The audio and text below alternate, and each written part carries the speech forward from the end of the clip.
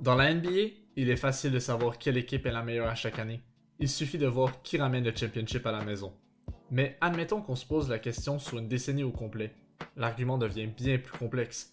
Est-ce que c'est l'équipe avec le plus de championships, celle qui est restée un contender le plus longtemps, ou encore celle qui était la plus dominante à son pic? Pour moi, il y a 6 équipes qui peuvent avoir un argument à ce titre des années 2010. Il est impossible de décider seul laquelle a été la meilleure, mais ce que je peux faire, c'est bâtir le cas pour chacune. Aujourd'hui, je ferai celui du Thunder de Oklahoma City. Walker had an outgoing Durant, got a piece of it. Here is Durant in the open court, leads it. Oh, my goodness. Russell with Westbrook on the lob from Kevin Durant. OKC est un cas complètement à part. La décennie a réellement été une succession de déceptions pour les fans du Thunder. Contrairement à toutes les autres équipes qui ont un cas possible, ils n'ont jamais gagné au plus haut niveau des playoffs. Alors, pourquoi ont-ils une chance d'être les meilleurs? Eh bien, ça ne tient qu'en un seul mot, consistency. Mais partons du début. La saison 2010-2011 marque pour OKC la deuxième année avec leur jeune trio. À seulement 22 ans, le small forward Kevin Durant gagnait son premier scoring title, solidifiant son titre de superstar dans la NBA. À ses côtés, le point guard Russell Westbrook reçoit pour la première fois le titre de All-Star dans seulement sa troisième année dans la ligue. Complétant le trio, James Harden joue à partir du banc.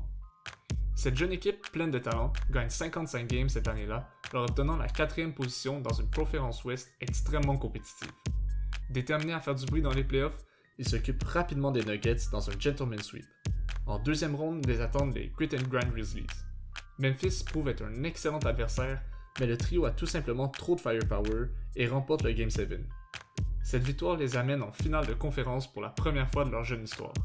C'est là que le Thunder est défait par les futurs champions Dallas Mavericks.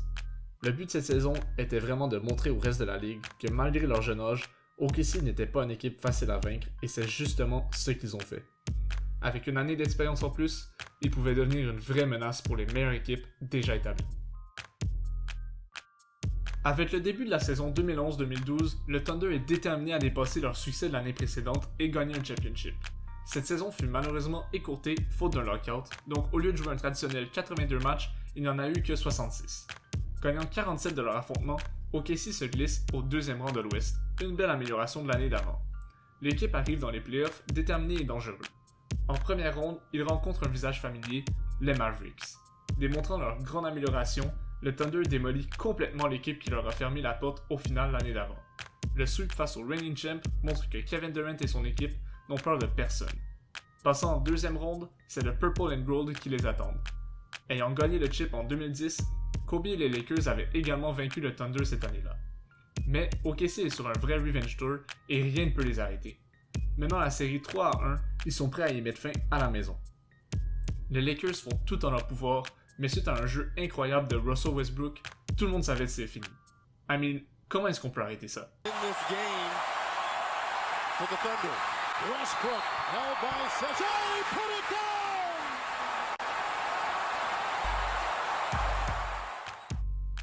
Un sweep et un gentleman sweep dans les 2 premières rondes contre les 2 derniers champions, ça c'est un statement. Venaient ensuite les Spurs qui avaient le meilleur record dans la ligue. C'est possible d'arrêter Westbrook, et même peut-être si vous êtes chanceux d'arrêter KD, mais une fois que le banc arrive, il ne reste plus personne pour stopper Harden, et c'est comme ça que OKC l'emporte en 6 games et avance en finale. Spoiler alert, ils n'ont pas gagné. Les champions de l'Est étaient le Heat de Miami, avec le trio de LeBron James, Dwayne Wade et Chris Bosh. LeBron gagne son premier chip en battant le Thunder en 5 games. On peut penser que 4-1, c'est une série facile, mais 3 des 4 défaites de OKC ont été déterminées par 6 points et moins. Malgré une performance de 43 par Russ dans la Game 4, le Heat l'emporta, mettant la série hors de portée. Une défaite en finale, c'est tout de même une saison à succès. Le Thunder avait commencé la saison comme un maybe et l'avait fini en prouvant qu'ils étaient là, here and now, et qu'ils étaient prêts à gagner. Off-season. Une nouvelle qui est aujourd'hui à l'origine d'un des plus gros what-if de l'histoire de la NBA. Le Sixth Man of the Year, James Harden, est tradé aux Rockets. Malgré la perte de leur 3e star, la saison régulière 2012-2013 est la meilleure de la décennie pour OKC. Sous le 3e scoring title de KD et la 3e apparition All-NBA de Westbrook, le Thunder termine premier de l'Ouest avec 60 dubs. Ils affrontent donc le 8e seed Houston Rockets, mené par nul autre que Harden. cette réunion finit malheureusement très mal, car dans la deuxième rencontre, Westbrook appelle un timeout au même moment qu'un joueur de Houston tente le steal. Patrick Beverley frappe Russ en plein dans les genoux. Ce coup inflige la première blessure sévère de la carrière du joueur All-NBA. Avec un ménisque déchiré, Westbrook est sorti de la game et ne reviendra pas pour le reste des playoffs. Houston est finalement défait, mais la perte de son fellow All-Star se révèle insurmontable pour KD et le Thunder est défait en deuxième ronde. En 2014, Russ manque 36 games suite à 2 opérations au genou, laissant Durant seul pour mener l'équipe. Cette année-là, KD a été tout simplement incroyable. 32 points par game pour son 4e scoring title de suite, 5.5 assists, 7.4 rebonds sur des shooting splits se rapprochant de 50-40-90. Ses stats ainsi que le 2e seed dans l'Ouest lui obtiennent son premier et seul MVP de sa carrière, le plus grand achievement personnel qu'un joueur peut avoir. Westbrook étant de retour dans les playoffs, ils font du quick work dans les 2 premières rondes, mais tombent face à leurs rivaux les Spurs en 6 games. San Antonio finira par gagner le chip. 2015 arrive. De très loin, la pire saison du Thunder dans la décennie. Après 4 ans à être au top de la conférence, OKC manque les playoffs pour la seule fois dès 2010. Cette saison met une tâche dans leur consistency. Mais si on regarde plus en profondeur, cela s'explique. Les 2 superstars de l'équipe ont manqué du temps considérable. KD n'a joué que 27 games et Russ en a manqué 15. Pourtant, l'équipe réussit à gagner 45 games. Un nombre qui dans l'Est leur aurait mérité la 6e position, mais qui dans l'Ouest n'est tout simplement pas suffisant. À égalité avec les Pelicans, le Thunder termine la saison à la 9e place pour avoir perdu le tiebreaker entre les 2 équipes. On se rappelle souvent de 2016 comme l'année où les Warriors ont gagné 73 games, mais il ne faut pas oublier les Spurs qui en ont également remporté 67, dont 40 de leurs 41 games à la maison, le meilleur home record de l'histoire. C'est donc facilement que ces 2 powerhouses ont pris les premières places de l'Ouest. OKC finit donc 3e avec 55 victoires. Une saison quand même respectable. Cette position leur donne le chemin jusqu'au final le plus difficile de l'histoire de toute la NBA. En deuxième ronde, ils font face aux Spurs qu'une majorité des analystes ont comme favoris pour l'emporter. C'est donc avec grande surprise que le Thunder gagne et assez aisément en plus. Ils rencontrent donc la meilleure équipe de saison régulière de l'histoire en finale de conférence. Cette fois, c'est tous les analystes qui favorisent les Warriors. Mais le Thunder part en force, prenant un lead de 3 games à 1. Ayant à gagner seulement un des 3 prochains affrontements, l'équipe est en position de force. Game 5 à Golden State est malheureusement une défaite. Revenant à la maison, le Thunder a un double-digit lead tard dans la game, mais Klay Thompson a autre chose en tête et effectue une réelle clinique de shooting pour finalement donner une autre victoire aux Warriors. Ayant perdu leur confiance, le Thunder s'incline en 7 games face aux Splash Brothers, tombant à nouveau short des finals. The news again coming in moments ago, Kevin Durant heading to the Golden State Warriors. How are you viewing this move from Durant? Well, I'm viewing it as the weakest move I've ever seen from a superstar. Plain and simple. That's just how I look at it. À l'été 2016, le contrat de Kevin Durant se termine. Il doit donc décider s'il re-signe avec le Thunder ou s'il trouve une nouvelle équipe. Surprenant et décevant non seulement les fans de OKC, mais également de la NBA au grand complet, KD décide de signer avec l'équipe qu'il a battue que quelques semaines plus tôt, les Warriors de Golden State. Un réel coup de poignard dans le dos de Russell Westbrook qui sera sur un vrai revenge tour tout au long de la saison. Manquant qu'une game de l'année, le Brody average un triple-double, une statline qui n'avait pas été reproduite depuis 50 ans. 31.6 points par game, 10.4 assists et 10.7 rebonds. Il remporte le scoring title, First Team All-NBA et est nommé MVP de l'année. Une performance remarquable par le point guard de 28 ans. Ses efforts mettent son équipe au 6e rang de l'Ouest alors qu'il vient de perdre un top 5 player et que personne ne s'attendait à les voir jouer du post-season basketball.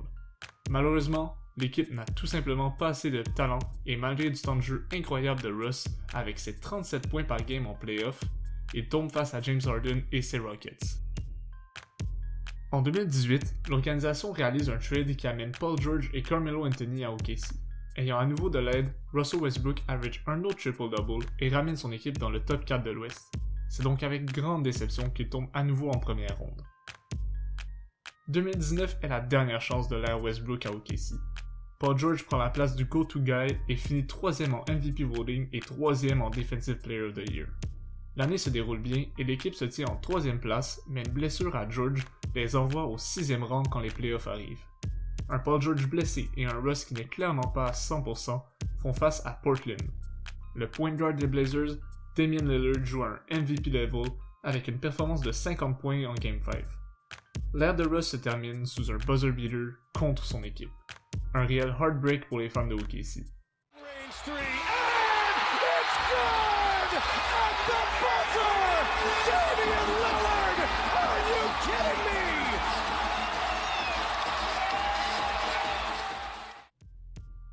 À l'été, Paul George est envoyé aux Clippers et Westbrook à Houston pour une réunion avec son fellow MVP James Harden. OKC est maintenant bien différent avec le point guard Chris Paul au règne de l'équipe.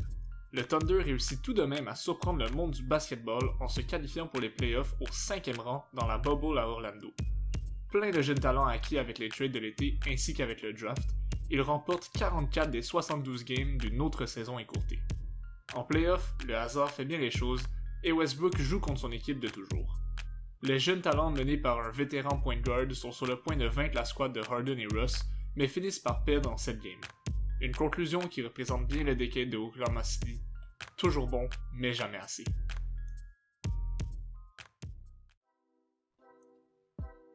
Maintenant que l'on sait tout ça, pourquoi est-ce qu'ils seraient les meilleurs?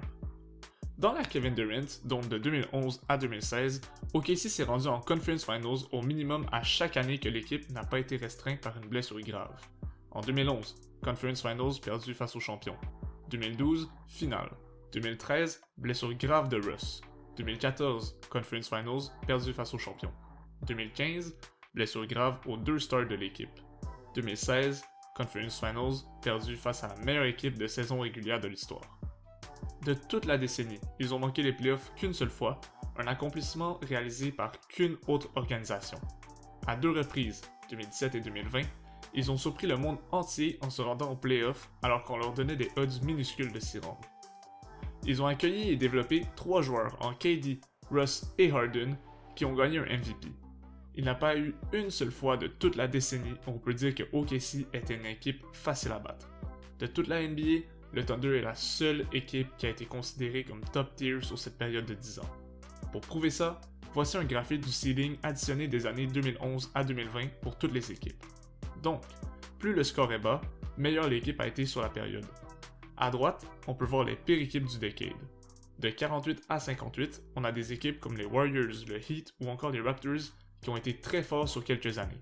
Et à gauche, complètement, les 2 équipes avec les meilleurs seedings, on a les Spurs à 40 et OKC juste derrière à 42. Les Spurs ont eu une année vraiment mauvaise à la fin de la décennie et c'est pourquoi je considère OKC comme ayant été plus constant. Il y a eu des équipes qui ont gagné les championships, il y en a qui ont été complètement imbattables sur quelques années, mais aucune n'a été aussi bonne pour aussi longtemps que OKC, et voilà pourquoi Oklahoma City est la meilleure équipe dès 2010. Cette vidéo est la première de ma chaîne, alors n'hésitez pas à me dire ce que vous en avez pensé. Le basket est un sport incroyable et plein d'histoires et c'est pourquoi je veux partager ma passion pour lui. Si tu as aimé la vidéo, mets un like et subscribe pour voir mes futurs projets. I'll see you next time!